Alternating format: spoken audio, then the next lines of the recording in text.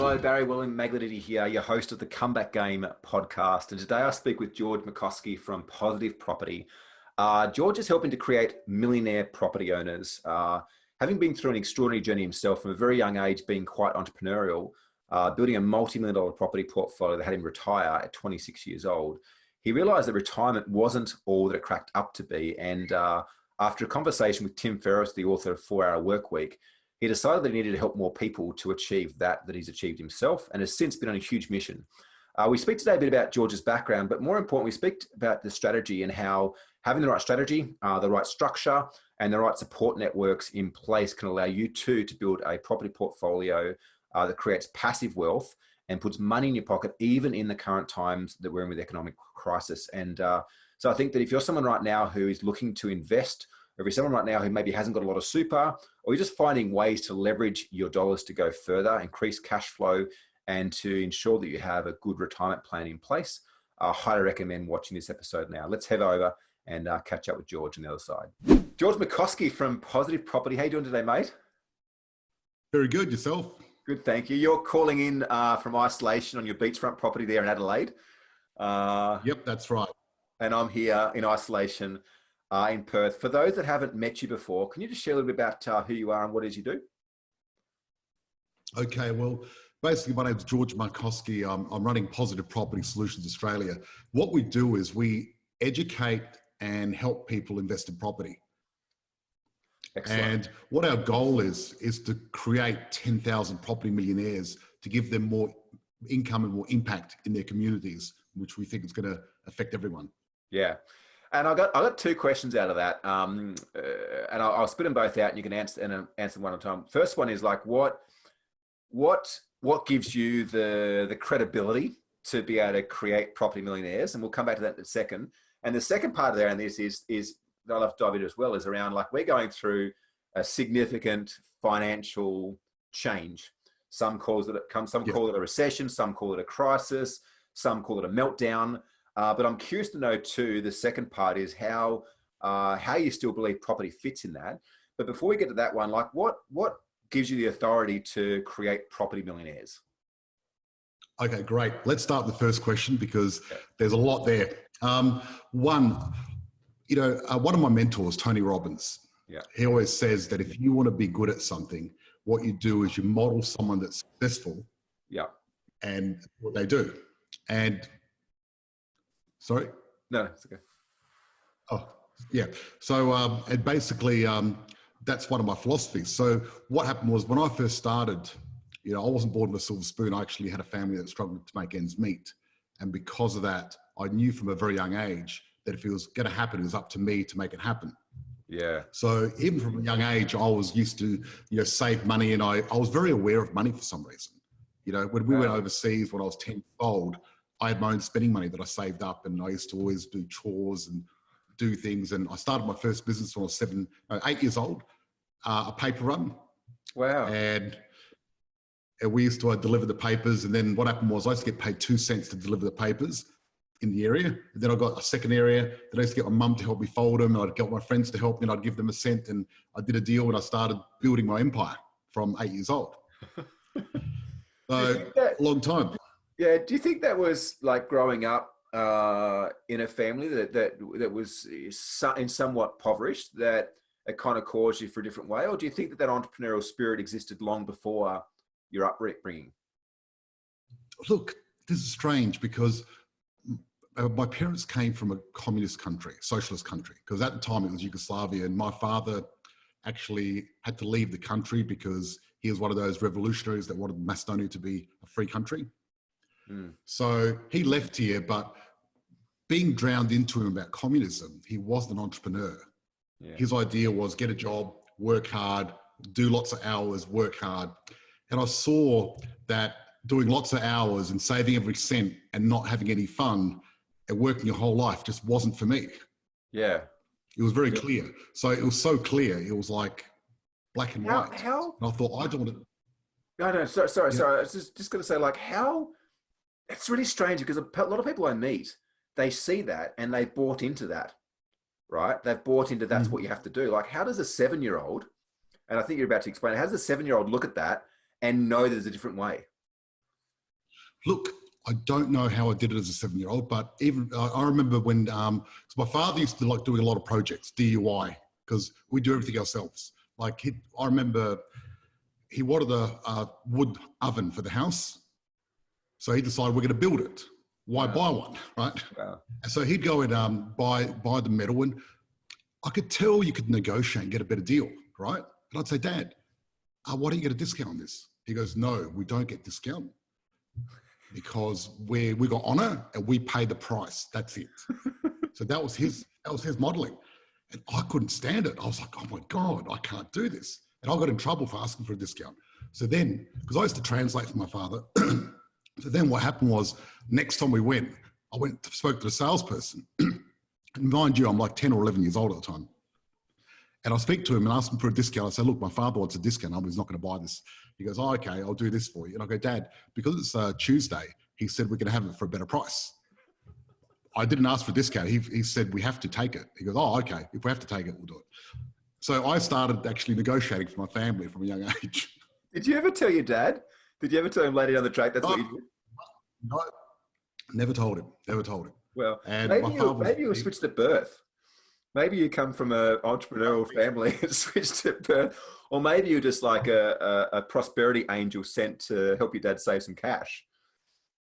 You know, something came into my head and I just was very good at money. I used to save my money and I always had money from a young age. Wow. So that all happened. And I would really want to go to the pub. Yeah. Yeah, that's incredible. How does that translate? Like I can already see patterns of how that translates, but how does that translate to now helping property millionaires? And you've done it. It's not like you haven't done it. You've already done it. But how does it translate? How do we go from being 7 years old, having 7, 8, 10, 11 years old, having these insights come through, to now helping people create millions of dollars through property? Great question. So I guess the first part of my journey was getting involved in property and buying property. Yeah. How old were you? And well, I was 27 actually when I bought my first property. Probably a bit delayed, I remember probably a bit delayed based on your upbringing, right? Totally. So I remember when I was 16, I entered a lottery to win a Commodore. And my first thought was sell it, buy a property, right? That was my first thought. Most 16-year-olds go, great, a nice car. I thought straight away I'd like to get a property. Wow. So I got in, so before 27, I got involved in a few businesses. So I had a few challenges along the way, but it was good fun. It was a good learning experience. And that's why I didn't have property. At 27, I had the money and I thought I'm going to get a property. Wow. But I didn't know how to choose a property. Didn't have any idea at all. Because back in those days, you'd look at the paper and just buy a property and hope for the best. Right. So luckily, the timing was good anyway. So the property I bought did amazingly well. And at the time, I remember I was bidding on. I was always been an entrepreneur, so I was running a marketing company, and I was in Shepparton running an event, and I was the spruiker, and I was doing this thing for a car dealership, and I've locked the office, so I'm bidding over the phone. And people are knocking the door, and I'm like holding the door shut, trying to bid and be calm. And then next minute, I'm like, oh shit, I got this property, I won. And I didn't know if I was happy or sad, because at the time I didn't know the numbers. So I didn't know, is it a good deal or a bad deal? So anyway, I had mixed emotions that night. Next morning I woke up and thought, you know what? I've got a property, great. I feel, once you get it, you feel sort of a release. And I was fortunate, that property now has gone up to 850,000. How much you buy it for? 180. Wow. Incredible. And I didn't know what I was doing. Which is funny. So I bought that property, and what I did is I spoke to real estate agents, which are the worst people to talk to try to find out what properties to get. And I was trying to buy properties, and I tried everything. I tried renovating. I remember I bought a house that I wanted to renovate, and the timing was it settled around Christmas. It was 40-degree heat. I was sitting there trying to renovate this house, got no idea, because tradies don't work around Christmas, so you can't get anyone. And I'm not getting any rent, so I have to hurry up. My friends are all out partying and I'm working on this. And my girlfriend's ringing me going, George, you're so boring. Maybe I need to get a new boyfriend. I'm like, oh. So I tried all these different techniques and they weren't really working for me. You know, it was struggling. It was a challenge. But I knew that for me, property was the way, because I had two choices, give up property and try something else. but I didn't really have another option. And also, when you quit, you're guaranteed to lose, aren't you? Mm. And I wasn't a quitter, and I knew I had to make it work. So that's when I made the $1 million decision, you know. So first thing I decided to do is, the multi-million dollar decision. Multi-million dollar decision. Actually, it was 3 decisions. Decision 1, I decided to work this property thing out. I thought, you know what, I'm going to work it out and really spend the time and work out how does it work. I'm not going to just do it by luck. Number 2, I decided to ignore all the other property experts out there because a lot of them didn't have the results on the board. And you know, Anthony Robbins says, you model someone that's got the results you've got, but not someone that talks about it, but they don't walk their walk. And 3rd, I decided to find mentors of real results. So I started to travel. And there was a guy in Melbourne who was spending $20 million to go on a space program. And he was living in Miami in the same apartment block as Spice's, who was that soccer player that was with Spice Girl? I don't know, someone famous. He lived in this apartment block that was amazing. Anyway, I decided to go to Miami, but I emailed him and said, look, I'm coming to Miami for a conference. Let's catch up for coffee. Little did he know, I went to see him so I could find out how he became rich in property. So I rock up, catch up. He goes, let's catch up at this bar, beautiful bar. We're having apple martinis. I mean, he likes apple martinis. I like apple martinis. You know what I mean? So we're drinking apple martinis. And he's shouting all these drinks. And at the time, the dollar was like 50 cents to the American dollar almost. It was really bad. So I pull out this $50 note and I haven't got a lot of money on me. So I pull it out and I go, I'll have 2 apple martinis. And she's like, that would be another 50. Thank you. And I thought she could keep the change. I'm like, wow.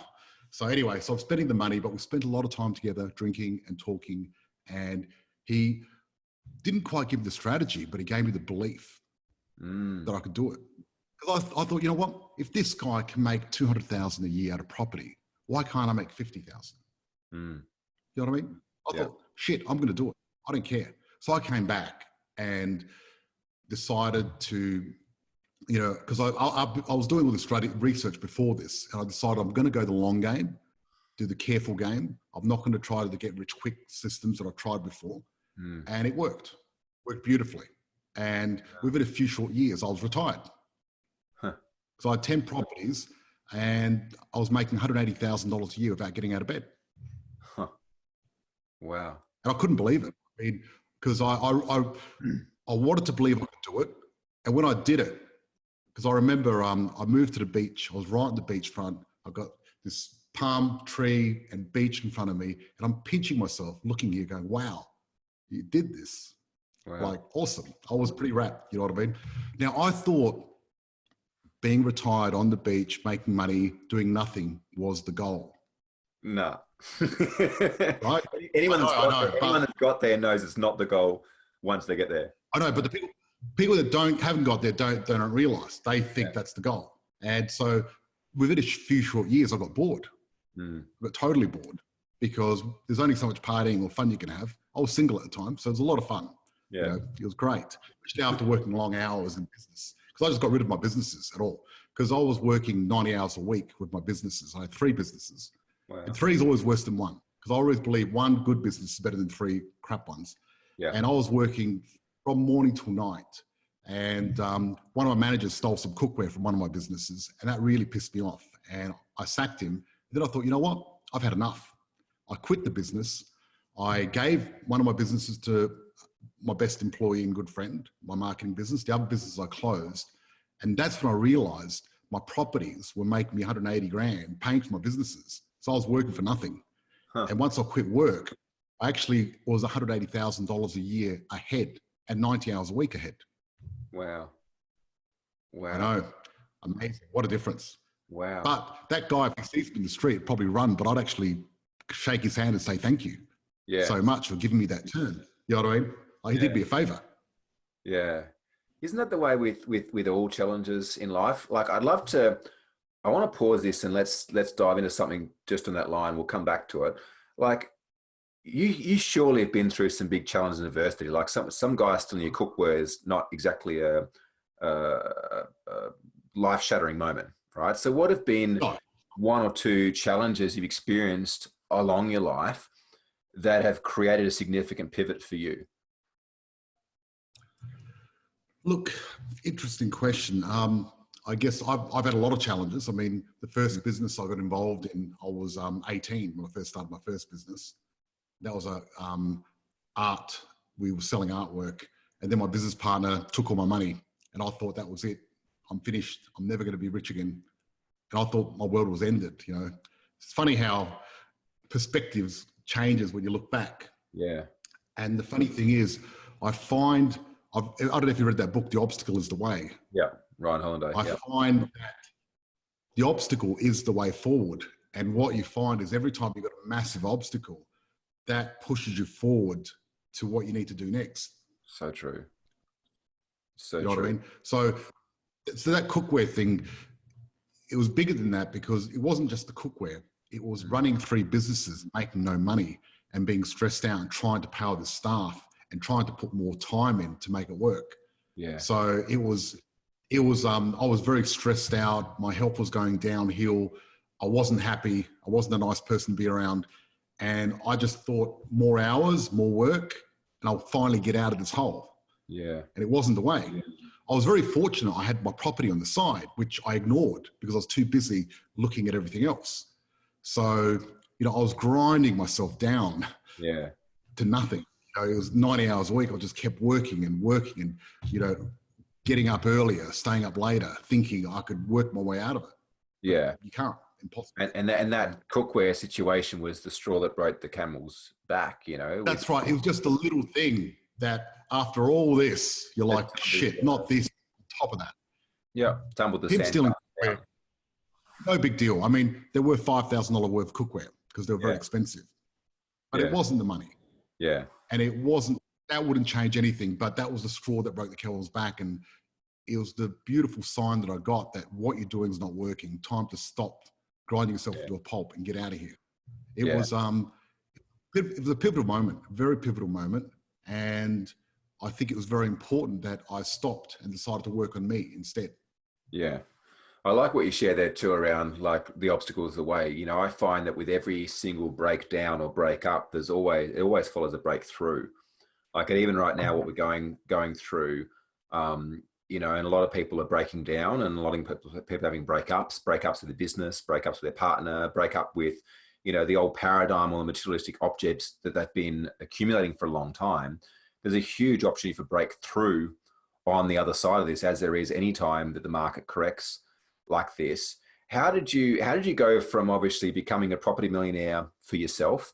You got to a position making $180,000 a year, sitting at home on the beach, not doing anything, getting bored, to then shifting to building a business where you help others do the same? Because I know there's a lot of people in the marketplace that are very good at doing things for themselves, but then when it comes to teaching people, like a lot of business owners that are good at business, but then they can't teach other people to save themselves. Like, how did you make that transition to replicating your model to help others? Great question. It's an excellent question. So what happened was because I was bored, I started going and meeting people like Tim Ferriss and Richard Branson and Arnold Schwarzenegger. I spent the money to go meet them and do cocktail parties and dinners. And I was having a dinner with Tim Ferriss, actually, before he was super famous in Melbourne. And the 4-Hour Work Week, I'm pretty sure everyone's heard about it. If you haven't, it's a great book. It's fantastic. And one of my inspirations to create a lifestyle that, centers around you. But anyway, what happened was we were sort of talking and I was telling him how I've retired. And he's like, George, what are you doing? And he sort of said, look, the point's not to retire the 4-hour work week. The point is you do 4 hours what you don't want to do. You still have to have your passion and do something, get up early. He goes, if you're really good at it, you love it, you get paid for it, the world needs it, that's your purpose. Yeah. So after that, I thought, what do I do? Because I'm into motivation and I like health, and there's a lot of things. So I thought maybe I could help people with their health. Maybe I could help people with the motivation, because I wanted to give back. I wanted to do something, and I thought, what, the easiest thing is property, because getting people money is concrete. It's a lot easier to do that. And a lot of people ask me anyway, because people are always asking me to help with property. But what happened was, because they weren't paying me, they'd go, oh yeah, and wouldn't do anything, right? So I decided I was going to charge for my service. And if they wanted it, they wanted it. If they didn't, I didn't give a shit. Yeah. And, you know, people started joining and I started helping people. And because you're right, the difference between doing it for yourself and doing it for someone else is different. It's very different. But fortunately, because I understand the principles so well, and I didn't do it by luck, I did it through principle. And when you do things through principles and you follow those principles, they work in any market. That's the beauty of it. So it doesn't matter if the market's up or down, because it's a bit like health.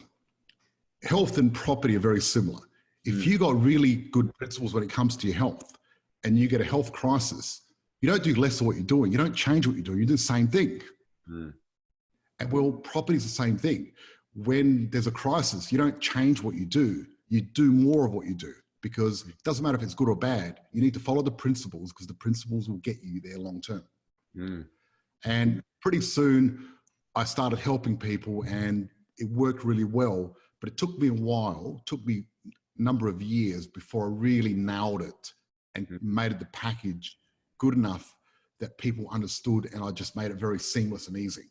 Because it was very hard when I first started to get my information and put it in someone's head. Because to me, things are very simple. You know, as we spoke about one technique earlier is in regards to principal and interest only. You know, that's part of the cash flow quadrant. Because getting a cash flow is very, very important. And a lot of people don't realize that, you know, principal, you can pay to two people. You pay it to the bank or you pay it to yourself. Most people are being conditioned to give it to the bank, right? Because that's what they do, principal interest. But the problem is that stuffs up your cash flow and really slow down your growth. And I'd rather pay it to myself in an offset account, because I'm still paying principal just to myself. And who do I trust more, me or the bank? Because think about this. I mean, if you pay yourself principal and you put 50,000 in your offset account, you got number one, A, you got Joe Bloggs that's paid 50,000 offset account, and B, you got Steve and he's paid 50,000 to the bank. Now, if he loses his income and can't pay for the property, hasn't got a tenant, the guy that's paid all the principal and has got nothing as offset, the bank's going to take his property. The first guy who's paid it in an offset account, he's safe, because the offset account's going to keep paying it out and he's got years of buffer. So it's really about creating safety. And by the way we create safety is not by listening to the banks, but by listening to our strategy. And equally too, when it sits in an offset account against the loan, it reduces the interest on the loan anyway, but it also provides opportunity for a deposit to go again on the next one. And I see that, you know, people have been conditioned that you want to buy a house and pay it off and own it. But the reality is what we're talking about here is we're talking about owning multiple houses that are vehicles to generate cash. If you've got a place where you have a tenant tenanting it, they're renting it for $500 a week, let's say $2,000 a month, yet interest only payments might be $800 a month. So that's $1,200 a month you've got into cash flow as safety. If you lose your job or income, you need to pay for it, or to go again the next property that you save up as a deposit. Exactly. And that's exactly right. So if you've got the right, a lot of people don't buy property wrong. And the way you do it and the way you structure it is so important, because most people, they get crippled. They buy one property and it's costing them $300 a week. They buy two, $600, they're screwed. And then one bad thing happens, like GFC or the Corona, and suddenly all their wheels fall off. But see, when you do it in our way, where we're getting properties for less than $20 a week, and most of them are positive anyway, then it doesn't matter what happens. And during the GFC, see, a lot of people lost money in property. And now I made money in property during GFC. So I've been through this. And that's why with Corona, I know what's going to happen. It's going to be similar. You know, it's going to be either a V-shaped recovery or a U-shaped recovery. Yeah. Let's talk about that a bit, because it's funny. A lot of people you speak to, or there's a common perception, especially if you look on social, of doom and gloom and how bad things are, people losing jobs, having no income. There's that, and it's definitely happening, right? It's definitely happening. You've got the other side of it too, though. Like, I spoke to a lot of people whose businesses are flying right now. Like, they can't even keep up with demand. People are actually spending more money now than what they were a month and a half ago. They're just not spending on the same things anymore. You try to go and buy gym equipment right now, like, not a hope in hell to find weights anywhere, because gyms are shut down, right? And that's one of many things. What's that? Even Bunnings are trying to sell gym equipment now. Yep. And so things have shifted. The other side too is the government is pouring money into the economy right now. And I remember that I heard a phrase once before, which is, be greedy when people are fearful and fearful when people are greedy. And this happened with Bitcoin.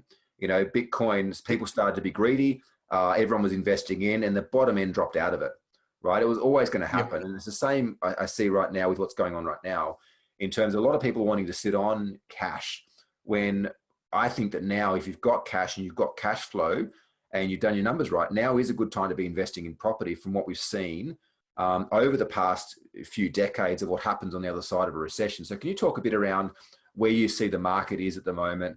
I know we probably got a lot of people listening to this internationally, but let's just talk about Australia for now.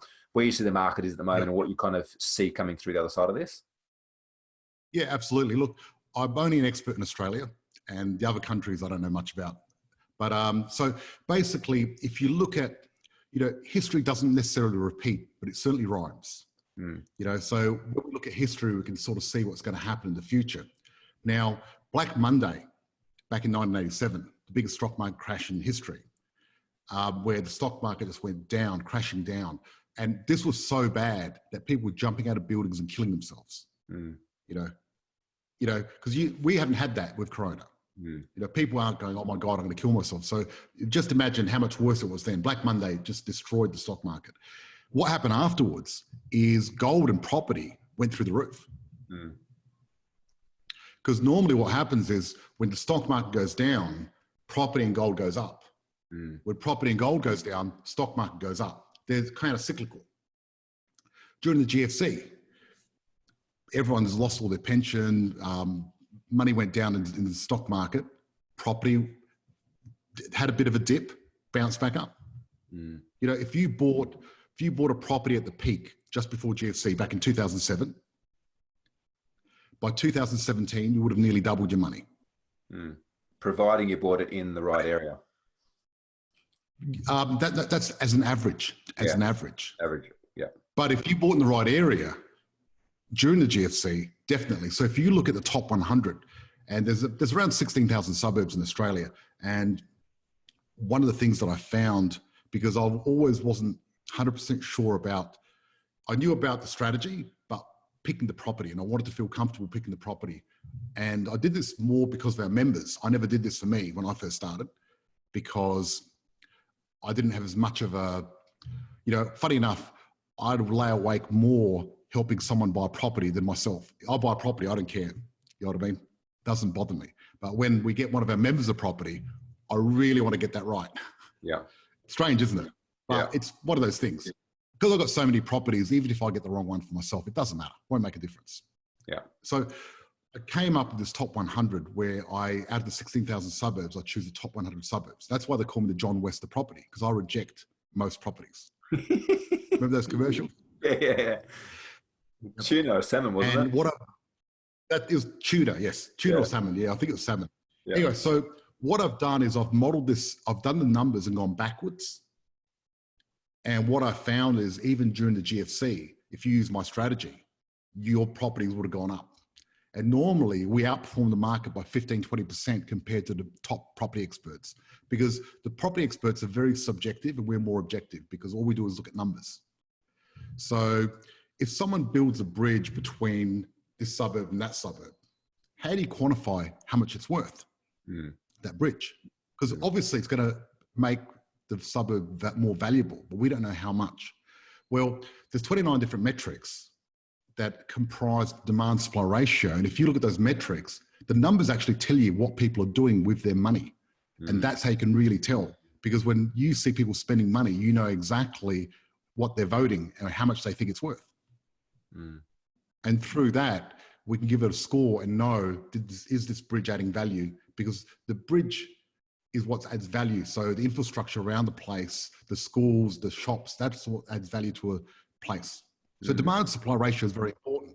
And you look at Corona, I mean, demand supply ratio of Corona is interesting. I mean, the demand supply ratio of the cars has gone right down. Coffee has stayed steady throughout anything at the moment. It's gone up, since the 2000s. Zoom, the demand for Zoom's gone right up. Through the roof, Toilet paper's gone up. toilet paper's gone up. Yeah. Now, this is my theory about toilet paper. Okay, I've got my own theory. So you've got manufacturing toilet paper. You've got the domestic market, and you've got the commercial market. They're two different products. Mm-hmm. And now,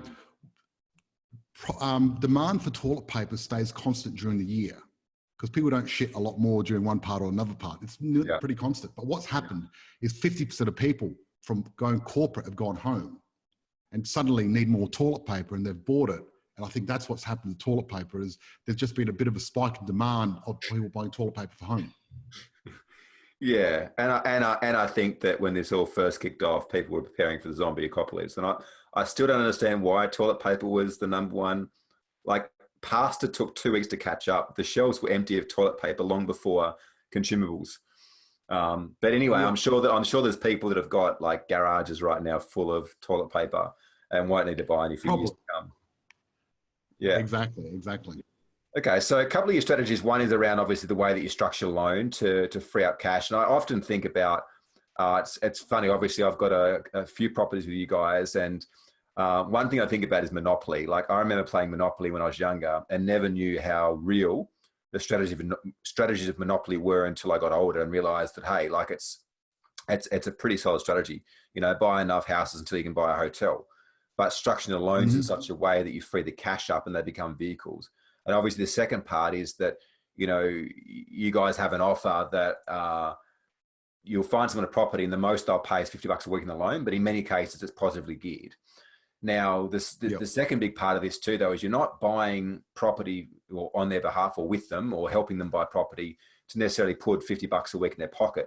You're buying property that are at a specific point in the growth cycle based on the top 100 that you know over the next X amount of years is going to yield a higher valuation, which then frees up equity for them to go again. Yep, that's right. So basically properties double every 7, 10, 12, 15 years, right?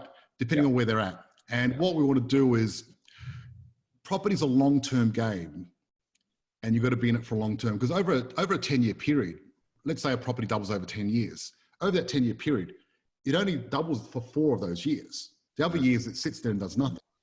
Now, if I could choose that 4 years, that'd be great, because then I'd be going in, bang, in, but what I find is it's not that important, because time in the market's more important than timing.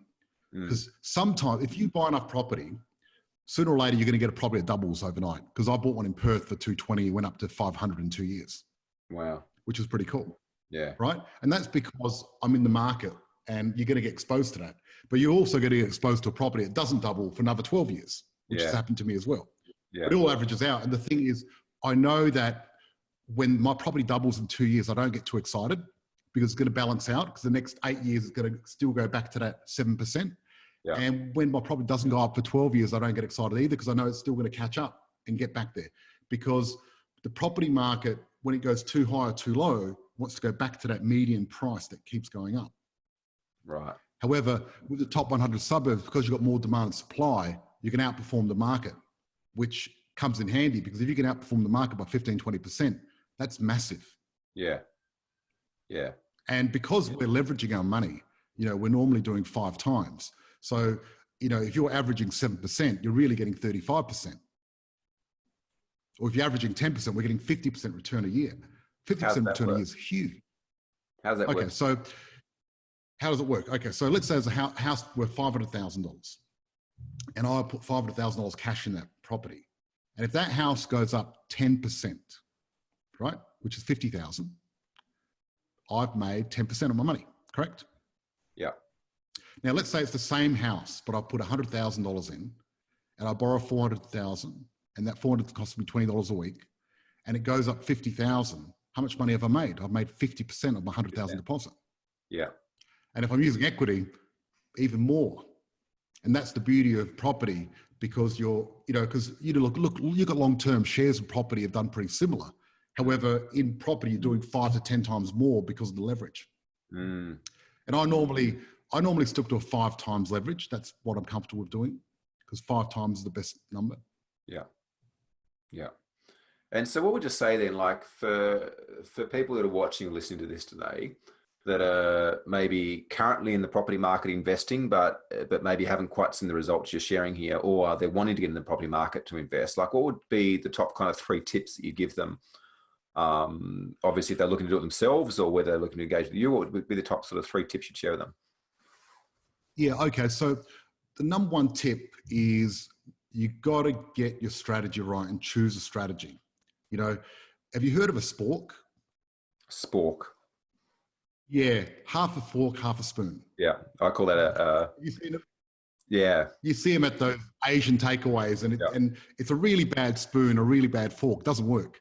And a lot of people want to buy a spork, and just don't buy a spork. You've got to buy a property specifically for what you're looking at getting. Because a lot of people go, oh, I'd like to buy a holiday home in the middle of nowhere and get capital growth. Well, you can't do both. Yeah. Well, I want to buy a house in this suburb because I want my kids living there one day. You can't do both. If you're buying investment property, you've got to buy a property that's going to go up in value. That's what you want. You can't go, I want to make $100 a week out of a cash flow, because it's not going to happen, because that's not the one that's going to double. Yeah. So you can only choose the right property. So choosing the right property, you make your money when you buy, and that's the most important thing. And I think you've got to get educated. You really got to get educated. I mean, we've got our group on Facebook, Property Secrets. I give a lot of education, but I think getting educated and knowing what you're doing and coming from a place of knowing what you're doing is the important thing. You don't want to have a blindfold on and just guess, because guessing can get you in trouble. Yeah. Or could set you back years and years. So I think getting it right the first time. So choosing a property is very important, and knowing how to choose in the top 100, or finding a mentor that's already got the results. That's the key. That's the number 1 thing. Number 2 thing is structure and cash flow. You really want to clear up your cash flow and have enough capacity to keep going. But also, I saw my parents struggle with property, principal and interest, my father doing overtime at Holden's, at the factory, us never going out for dinner, and them just working hard to pay off that mortgage. Very frustrating. And doing it the old school way of paying extra payments and not going out and not spending any money for 30 years, that's just crazy. You shouldn't be doing it. See, when I retired, one of the first things I did is I actually paid off my parents' mortgage and bought them a new car. They actually got upset with me because they said, we don't want that from you. Yeah. But I did it anyway. And I really enjoyed doing it, giving back, because I had the ability and I did it. It was great. And I think I really enjoy, that's what I love about creating wealth, is it gives you the things that gives you more meaning in your life. Because not only does it give you more time and more money, but the meaning that gives you is the most important thing. Yeah, absolutely. And I took my parents overseas because they never went overseas either, because they wouldn't spend money. And I spent some really good times with them. And my mother passed away soon after, and I'm really fortunate that I spent that time with her. Wow. And if I was working, didn't have that freedom, I wouldn't have done that, you know? Yeah. So I've got some great memories, and, you know, so there you go. Beautiful. So that's the second thing, getting the structure right. Yeah. And the third thing is having the right team around you. Yeah. You know, it's a team sport. Yeah. It's like anything in business. It's a team sport, but also property is a team sport. It's not ping pong. You know, if you're a ping pong player, you go out in the field, but you got the All Blacks on the other side. Who's going to win? Yeah. So you're competing with other people with teams out there. You'd better have a team, and a really good team. You know, I've got an amazing team. They're like the All Blacks, and they know what they're doing. They work together, and they know how to pass the ball. And anyone that hasn't got a team, they're screwed. Yeah. So the 3 S's: strategy, structure, and support. See, I love the way you think, Barry. It's amazing. You know? I love that. I love that. So, mate, how can they get in contact with you?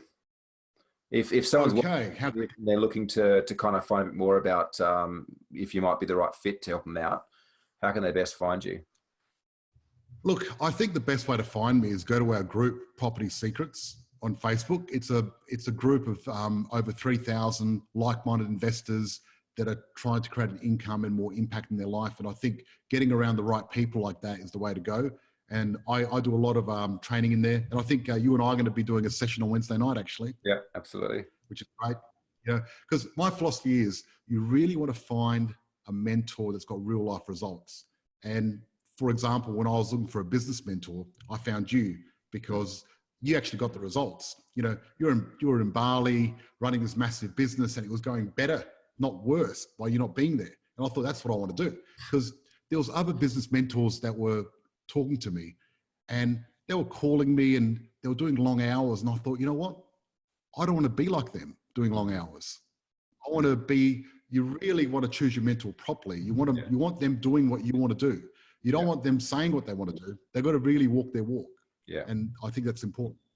Yeah. And be able to help others get there. And that's why I brought that up before, is that one thing I've noticed with you is that I've obviously been through the process with you, and so I'm a little bit biased, but I've been in this space for a long time, investing and working with other mentors in both property and shares and things like that.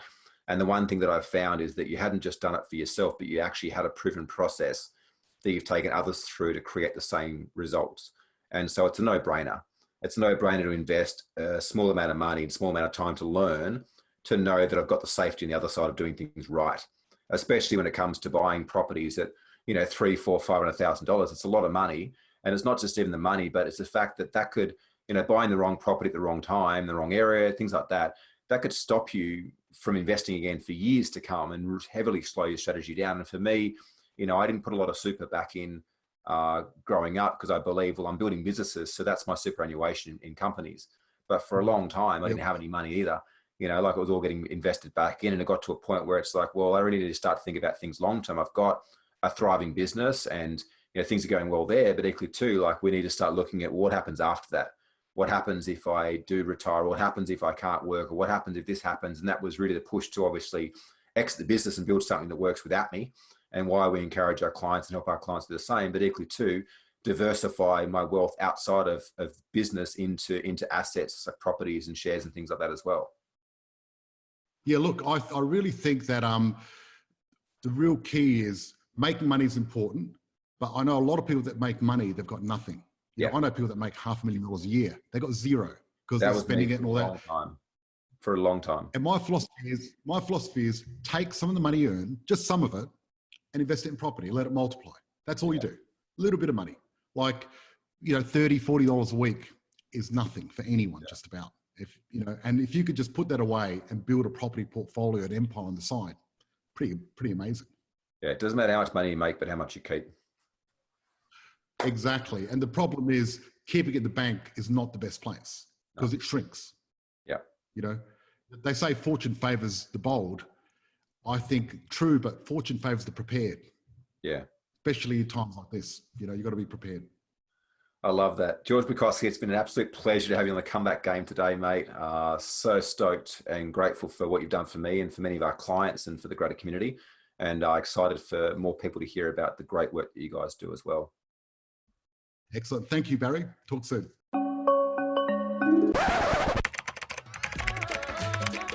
If you're in a position that many of our clients were before joining us, which is that your business is controlling you rather than you controlling your business, we would love to have a chat to you to see whether or not we might be the right fit to partner with you to help you grow and succeed in business. And over the past 8 years, we've helped hundreds of business owners around the world to grow, scale, and succeed in business. Many of our clients report we've helped them to triple their profits and double their time off in 12 months or less. If you jump onto YouTube and notice the hundreds of testimonies, you'd see that this is a common theme amongst them. If you're a business owner that's generating more than $300,000 a year in annual revenue, whether it's 500 million, 5 million, even $10 million a year, and you're looking to take your business and your life to the next level, we might be able to help.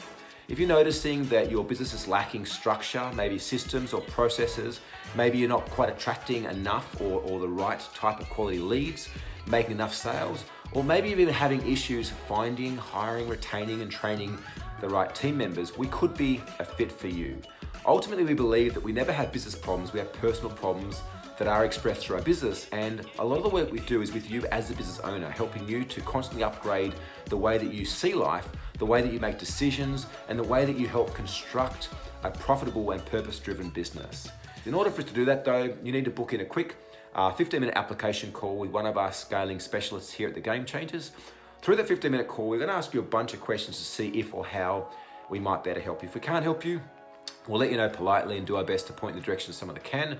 However, if we can help you, we'll look at booking you a 1-hour game plan session where we're going to dive a lot deeper into where you and your business are at right now, where it is that you want to go in the next 3, 5, and 10 years' time, and what are the potential roadblocks or challenges or even opportunities that are along the journey in order for you to get there faster. If you're really feeling that it's time for you to experience the love and the joy of running a business again, if you're really wanting to experience a business that does actually operate without you while still producing profit, we may very well be the right fit. So book in a 15-minute call. We can have a chat and see where we go from there. My name is Brad Bodidi, and thanks for listening. Hopefully we get a chance to talk soon.